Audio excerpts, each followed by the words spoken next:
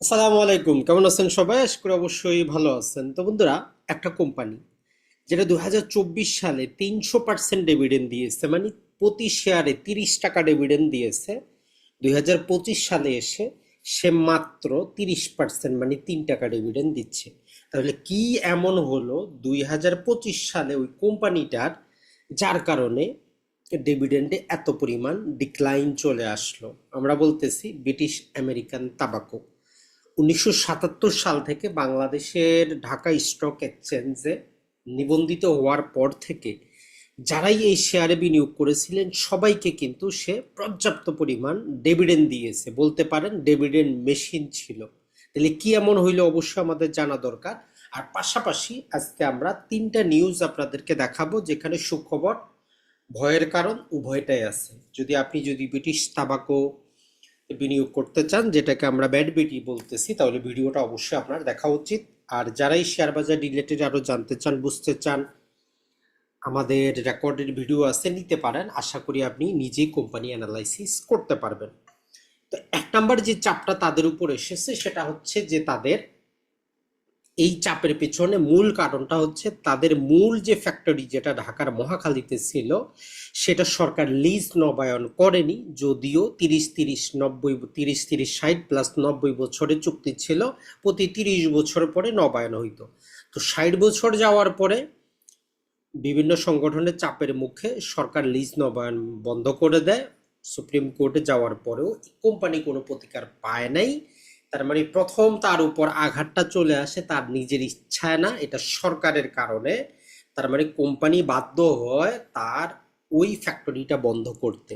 তো একটা ফ্যাক্টরি যদি বন্ধ করে অন্য জায়গায় যদি নিয়ে যাইতে হয়, আপনারা সবাই জানেন সেখানে যত প্রকার মেশিনারি আছে, যা কিছু আছে, এগুলার ওয়ান টাইম এক্সিট কস্ট আছে, এগুলার কর্মদক্ষতা কিন্তু কমে যায়।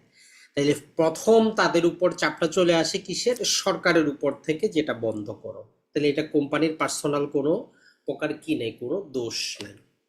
কিন্তু কথাটা হচ্ছে যে কোম্পানিকে ধন্যবাদ দিতে হয় যে তারা নিজেরাও বুঝতে পারতেছিল যে ঢাকার বাইরে তাদের জায়গার দরকার। তো এই জন্য তারা যেটা করেছে, আগে থেকেই তাদের ব্যবসাটা রিলোকেশন করার জন্য কিন্তু তারা যেই অন্য জায়গায় বিনিয়োগ করে রেখেছে। জাস্ট তাদের, যদি আমরা আপনাদেরকে ফ্যাক্টরির, সাভারের যে ফ্যাক্টরিটা আছে সেটা ছবি দেখানোরও চেষ্টা করব।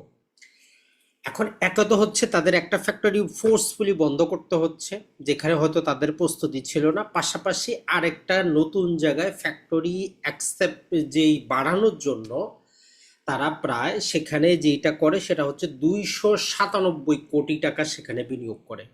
তাহলে 297 টাকার নতুন বিনিয়োগ আরেক জায়গায় ফোর্সফুল তাদের বন্ধ করতে হচ্ছে। এখন এই বন্ধ করতে গিয়ে তারা 715 কোটি টাকা ধাক্কা খায়।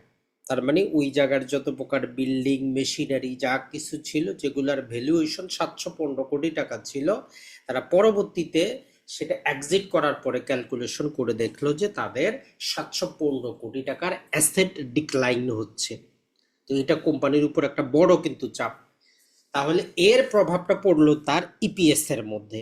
ইপিএস তার গত বছরের তুলনায় 67% ডাউন হয়ে গেল। চিন্তাটা করেন, মানে 50%-এর উপরে। বছর শেষ কোয়ার্টারে তারা 136 কোটি টাকা লস দেখাইছে। সবাই আশা করতেছিল যে একটু লাভ হবে, তার মানে তাদের বিজনেসটা চাপের মধ্যে কিন্তু পড়ে গেছে।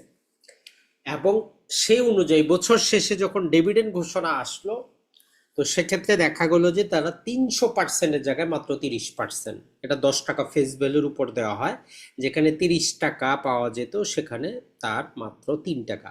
তো শেয়ারের দামটাও কিন্তু গত 4 বছর ধরে কিন্তু তার ডিক্লাইনের মধ্যে কিন্তু আছে।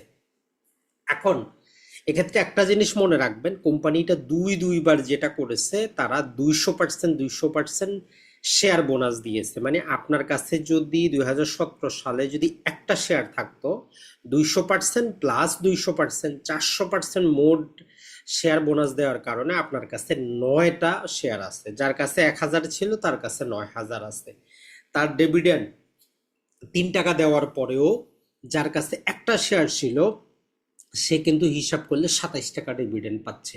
তো এর জন্য শেয়ার বাজারে দীর্ঘমেয়াদে থাকতে হয়। তবে যারা এই যে 2020-এর পরে বিনিয়োগ করেছেন গত 5-6 বছরে, ইনারা একটু লসে কিন্তু আসতেন। এখন দিন শেষে কথা হচ্ছে কোম্পানিটা ফিরবে কিনা, টার্নিং পয়েন্ট তার আসছে কিনা, এটা আসলে কি তাকে দীর্ঘমেয়াদী প্রভাব ফেলবে কিনা। তো এখন কথাটা হচ্ছে যে এইটার জন্য আমাদেরকে কোম্পানির ইতিহাস, ম্যানেজমেন্টের ইতিহাস, বাংলাদেশে তার মনোপলি ব্যবসা, এই জিনিসটা কিন্তু আমাদেরকে দেখতে হবে। তো চলুন এখন আমরা পত্রিকার নিউজগুলো একটু দেখার চেষ্টা করি, তাহলে আমরা বুঝতে পারবো যে তাদের ব্যবসাটা চলবে কিনা। প্রথমত কথা হচ্ছে যে সিগারেট, তামাক, ই সিগারেট, তামাক পাতা, যেটাই আমরা বলি, এমন একটা জিনিস যেটা মানুষ কি করবে, খাবেই খাবে। আপনি যত আইন করেন, কানুন করেন, সারা বিশ্বে চলবে, তার মানে এই বিজনেসটা চলবে। এখানে আপনার দ্বিমত করার কোনো কারণ নাই। যতই সিগারেট পানে মানুষের, তামাক পানে মানুষের কি হোক, যত প্রকার যক্ষা হোক, যাই কিছুই হোক, মানুষ কি করবে, তার যে স্বভাবশূলত যেটা, সেটা সে করবেই। তো আমরা একটু পত্রিকার নিউজগুলো দেখার চেষ্টা করি, তাইলে আপনারা একটু ভালো করে বুঝবেন। তো প্রথমত ব্যাট বিসি বাংলাদেশ নিয়ে জাস্ট আমাদের সম্ভবত টিবিসি নিউজে নিউজটা ছিল। তো এইটার মধ্যে তারা ওই যে 714 কোটি টাকা এক্সিট কস্ট দিয়েছে, সেটা বিস্তারিত আলোচনা করা হয়েছে। অডিটর সাহেব এটার উপর একটা রিস্ক দেখিয়েছেন যে আগামী 2 বছর ব্যবসাটা তার টার্নিং পয়েন্টের মধ্যে থাকবে, মানে তারা কি ঘুরে দাঁড়াতে পারবে না ডিক্লাইনে চলে যাবে সিঙ্গার বিডির মতো। তো এই জন্য যারা বিনিয়োগ করতে চান সাবধানে কিন্তু বিনিয়োগটা করবেন। এটা ছাড়া যদি আমরা দেখার চেষ্টা করি, সেটা হচ্ছে যে গভর্নমেন্ট আসলে যেটা করতেছে, যে আসলে ই সিগারেট যেটা আছে বাংলাদেশে, যেটা আমাদের ইউনূসের সরকার অর্ডিন্যান্সের মাধ্যমে নিষিদ্ধ করেছিল, সেটাকে অ্যালাউ করার আর চিন্তা ভাবনা করতেছে। হয়তো এবারেই সেটা অ্যালাউ হয়ে যাবে, যদিও অলরেডি তারা তৈরি করে বিদেশে এক্সপোর্ট করে। তার মানে এটা বাংলাদেশে অ্যালাউ হইলে বাংলাদেশে বিক্রিটা বাড়বে, কিন্তু অলরেডি দেশের বাইরে কিন্তু তারা এক্সপোর্ট করে। এটা ছাড়া কুষ্টিয়ায় তাদের যে ফ্যাক্টরিটা ছিল, সেটা তারা সারা বছর চালানোর অনুমতি পেয়েছে। সাভারের যেই কারখানা, সেটা ফুল স্পিডে, ফুল দমে কি করতেছে, সেখানে তারা তাদের যেই কার্যক্রম সেটা কিন্তু চালাচ্ছে। তো এখানেই তাদের সাভারের ফ্যাক্টরিটার ফটো হয়তো ছিল, যদিও এর আগেও আমরা দেখিয়েছি। তো আমরা ট্রাই করব আপনাদেরকে দেখানোর জন্য। অনেক বড় ফ্যাক্টরি কিন্তু তাদের। তো এখন যদি আমরা কোম্পানিটার যদি শেয়ার প্রাইস যদি দেখার চেষ্টা করি, তার রেকর্ড ডেটটা কিন্তু ছিল আজকে, তার 1 ফেব্রুয়ারি তার যে শেয়ার বিক্রি বন্ধ ছিল রেকর্ড ডেটের কারণে। মাত্র 3 টাকা সে ডিভিডেন্ড দিচ্ছে, তো 221 টাকায় বিক্রি হচ্ছে। কথাটা হচ্ছে যে ভাই 221 টাকা আপনি নেবেন কিনা। এখন দিন শেষে কথা হচ্ছে আপনার প্ল্যানটা কি। যদি 1-2 বছরে আপনি লাভ চান, তাহলে এই শেয়ারটা আপনার জন্য না।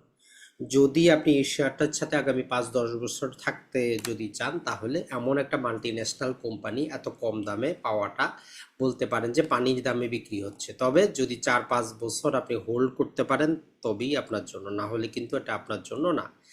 কোম্পানিটার প্রায় 73% যদি আমরা বলি শেয়ার তাদের কাছেই আছে, গভর্নমেন্টেরও সামান্য শেয়ার আছে। এটা ছাড়া বাকিটা বিদেশিরও শেয়ার আছে, পাবলিকের কাছে মাত্র 8%ই আছে। তাহলে এর শেয়ার সংখ্যাও কিন্তু যদি আমরা দেখি যে টোটাল 54 কোটি, যেটা আগে খুবই কম ছিল। তো মাত্র তাদের সম্ভবত যেটা ছিল 6 কোটি শেয়ার ছিল। তো 6 কোটি থেকে তারা 200% দিয়ে টোটাল 18 কোটি বানাইছে। 18 কোটির উপর আরো 200% দিয়ে 54 কোটি বানাইছে। তার মানে পূর্বে ওই যে শেয়ারের দাম আপনি দেখছেন এই যে কমছে, ওইখানে শেয়ার সংখ্যা বাড়ার কারণে। আর এর ন্যাব হচ্ছে 102 টাকা। তবে আপনি যেটা করতে পারেন, আপনার যদি দীর্ঘমেয়াদী পরিকল্পনা থাকে, প্ল্যান থাকে, তাহলে আপনি কি করতে পারেন, এই শেয়ারটা নিতে পারেন দীর্ঘমেয়াদী পরিকল্পনার জন্য। এই 1977 সালে নিবন্ধিত একটা কোম্পানি। তো মোটামুটি আপনাকে লস কিন্তু করাবে না। তাহলে দিন শেষে এই ব্যাট বিসির যে 300% থেকে 30% আসলো, এখানে অনেকগুলা কারণ আমরা দেখাইলাম। সুখবরটা হচ্ছে যে তারা ই সিগারেট এক্সপোর্ট করে, সাভারের কারখানা ফুল স্পিডে চলতেছে, আর সিগারেট বিক্রি হবেই। যদিও সরকার ট্যাক্স বাড়ানোর একটু চেষ্টা করতেছে, সরকার যতই ট্যাক্স বাড়াবে তারা সিগারেটের দাম কিন্তু আরো বাড়াবে। তো এটা চলবেই, এই ব্যবসাটা এমন ব্যবসা যেটা বন্ধ হওয়ার কোনো পরিকল্পনা নেই। তবে হ্যাঁ, আপনাকে সিদ্ধান্ত নিতে হবে যে আপনি স্বল্প মেয়াদী যদি লাভ চান, এই শেয়ারটা আপনার জন্য না। দীর্ঘমেয়াদে যদি আপনি বিনিয়োগ করতে চান, তাহলে এই শেয়ারটা আপনি এখন থেকে নেওয়া শুরু করতে পারেন। এখন আগামী 3 মাসে যেটা হবে, এই শেয়ারটার দাম কিছুটা, আমরা যতটুকু আশা করতেছি, 200 টাকার মধ্যে আসবে। শেয়ার বাজারে অসম্ভব বলে কিছু নাই, আবার যে শিওর বলেও কিছু নেই। তাহলে আপনি যেটা করতে পারেন, প্রতি সপ্তাহে প্রতি মাসে আপনি এন্ট্রি নিতে থাকেন, আপনার পোর্টফোলিওতে একটা দুইটা করে এন্ট্রি নিতে থাকেন। যদি দেখেন তা আরও কমতেছে, বেশি কিনবেন, যত বেশি কমবে তত বেশি কিনবেন, যত বাড়তেছে কমান, কিছুদিন আপনি কিনা বন্ধটা করে দিবেন।